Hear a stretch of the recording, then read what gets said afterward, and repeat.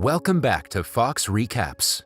Today, I'm going to explain 2 episodes from the series A Series of Unfortunate Events, released in the year 2017. The series revolves around the 3 Baudelaire children, Violet, Klaus, and Sunny. Violet is the eldest child, and she has a real knack for inventing and building unusual devices, while Klaus is the middle child and the only boy. He likes wearing glasses to make himself look more intelligent than Violet. Last but not least is Sunny, who makes up for her lack of communication skills with the size and sharpness of her 4 teeth. They lived in an enormous mansion in the heart of the city until their parents perished in a fire that also destroyed their massive home. The authorities spent months on research to find the precise cause of the Baudelaire fire, but without success. The Baudelaire children were devastated, but their parents left behind an enormous fortune and a mysterious object that rings a very faint bell. Violet will inherit the Baudelaire estate when she comes of age. Until then, they will be placed under a proper guardian as decided by the executor of the Baudelaire estate, Mr. Poe, and bankers at Mulctuary Money Management. After a lot of deliberation, Mr. Poe and others choose a man named Count Olaf as the guardian of the Baudelaire children. Count Olaf is said to be the closest living relative of the family, but the children don't ever recall meeting him. Count Olaf is a self-proclaimed actor and lives in a dark and dilapidated mansion. It quickly becomes clear that he's after the children's massive inheritance. Klaus doesn't like Olaf from the get-go, especially the tattoo on his ankle, but Violet convinces him to compromise. Olaf talks rudely to them and makes them prepare dinner for his shady theater friends. Meanwhile, it is revealed that Mr. and Mrs. Baudelaire are not dead after all, and they're in Peru. Olaf forces Violet to play the role of his wife in his play and tricks her into marrying her in front of Mr. Poe and others. However, Violet reveals that the marriage is not legal because she didn't sign the marriage certificate with her right hand. Exposed and afraid of getting arrested, Olaf and his accomplices run away. It is revealed that Olaf wasn't the closest living relative. In fact, he wasn't related to the Baudelaire family at all. Mr. Poe apologizes to the children for the mix-up and sends them to Dr. Montgomery, a longtime friend of Mr. and Mrs. Baudelaire. Enraged, Olaf kills Montgomery's assistant, Gustav, for assisting Mr. Poe in safely transporting the children. On a positive note, Dr. Montgomery lives in a luxurious villa and he welcomes the children with a freshly baked cake. Dr. Montgomery claims to have grown up with Mr. and Mrs. Baudelaire, but Violet and Klaus don't recall them ever talking about him. To prove himself, Dr. Montgomery shows them a picture of a piano and claims that he was locked inside it with Mr. and Mrs. Baudelaire. He also tells the children that he's a herpetologist and gives them a tour of his laboratory, which he calls the reptile room.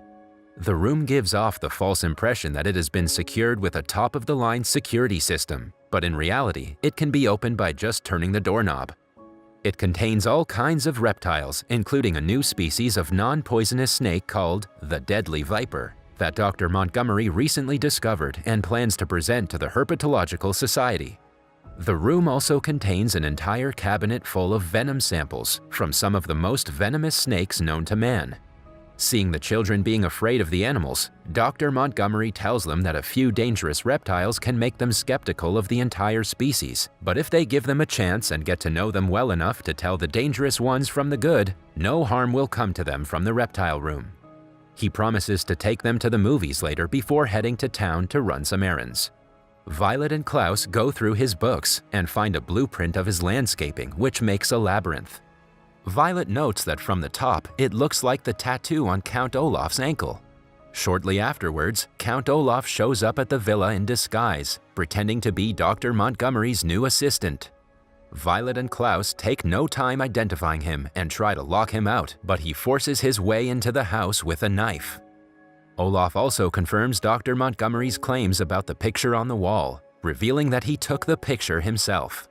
He eventually corners the children, but Dr. Montgomery's cuckoo clock startles him, giving the children time to lock themselves in the reptile room. Soon, Dr. Montgomery arrives, but to the children's dismay, Olaf manages to trick him into believing that he's there to take the role of his new assistant. After sending Olaf to his room, Dr. Montgomery reveals he's well aware that Olaf's an imposter and convinces them to play along and feign ignorance. When alone, Klaus suggests calling the authorities, but Montgomery turns down the idea, as Olaf and his henchmen can easily overpower them before the cops can show up. Keeping up the ruse, Dr. Montgomery invites Olaf to the movies so they can keep an eye on him and plan their next step.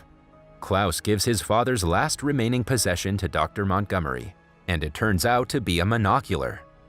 Dr. Montgomery watches the movie through the monocular and discovers a secret message left behind by Mr. Baudelaire in it. The message asks Dr. Montgomery to take the children to Peru on the SS Prospero. Olaf catches up to Dr. Montgomery's deceit and orders his henchmen to take him out. To his surprise, the herpetologist manages to beat them and confronts Olaf outside the movie theater. However, it turns out Dr. Montgomery is under the false impression that Olaf was sent by his rivals at the Herpetological Society. Underestimating the threat that Olaf poses to him and the children, Dr. Montgomery lets him go after confronting him at the theater. Before putting the kids to bed, Dr. Montgomery tells them about their voyage to Peru. Later, he notices the door of the reptile room strangely open and ventures into it. The next day, Violet and Klaus discover the dead body of their beloved Uncle Montgomery in the reptile room. Violet blames Olaf, who arrives shortly afterwards, but he denies his involvement, pointing to the snakebite marks on Monty's cheeks. Olaf then forces Violet and her siblings into his car at knife point to drive them to catch the ship to Peru. However, before they could leave, Mr. Poe shows up. The children tell Mr. Poe that Stefano is Olaf in disguise, but the latter shows Mr. Poe his tattoo-less ankle to prove that he's not Olaf. Olaf then seizes the children's passport from Mr. Poe that he brought on request of the late Montgomery. When Mr. Poe insists on waiting for the authorities to arrive before letting Stefano and the children go to Peru, one of Olaf's henchmen shows up, posing as a nurse. After performing a sham autopsy, the fake nurse declares that Dr. Monty died of snakebite, claiming to have found the venom of the deadly viper in the deceased's vein. Violet and Klaus tell Mr. Poe it's impossible to die from the bite of the deadly viper because it's a non-poisonous snake, and its name is a misnomer. But they can't prove it because the snake is missing from its cage. Nevertheless, to keep Mr. Poe from leaving with the children, Olaf declares a sham quarantine in the name of containing the spread of the poison of the deadly viper. Violet and Klaus again try to tell Mr. Poe that Stefano is Olaf, but the banker refuses to believe them without proof and sends them to their room. As Olaf's henchmen keep Mr. Poe distracted, Olaf follows the children to their room. However, when he gets to the room, he finds it empty. It is revealed that Klaus has sneaked into the reptile room while Violet has run outside to Olaf's car with Sunny. Klaus finds the message left by his parents to Monty in his notebook, while Violet breaks into Olaf's suitcase. Soon, Olaf gets to Violet, but everyone's suddenly forced to rush to the living room when the deadly viper surrounds baby Sunny. Mr. Poe and others panic, but Klaus calmly reads Monty's note, saying the deadly viper couldn't even hurt a fly, let alone a human. Violet then brings Olaf's suitcase, which contains an empty Mamba du Mal venom sample bottle that he stole from Monty's venom sample cabinet, and a double-barrel syringe with which Olaf administered the poison into Monty's body, simulating the double puncture mark of a snake. Mr. Poe finally believes the children and asks to see Stefano's ankle again. This time, Mr. Poe wipes Stefano's ankle, revealing Olaf's infamous tattoo that had been covered by makeup.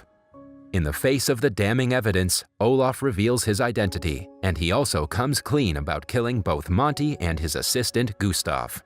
Mr. Poe orders the police to arrest Olaf, and he finally learns that they are actually Olaf's henchmen.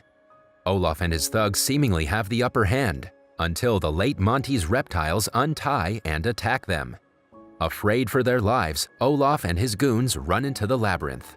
However, refusing to let them get away, Klaus and Violet closely follow them while Mr. Poe calls the police. The children almost corner Olaf, but he manages to escape using a secret exit. Upset, Klaus finally shows Violet the message their parents left for Monty and laments not getting to ask their uncle about it.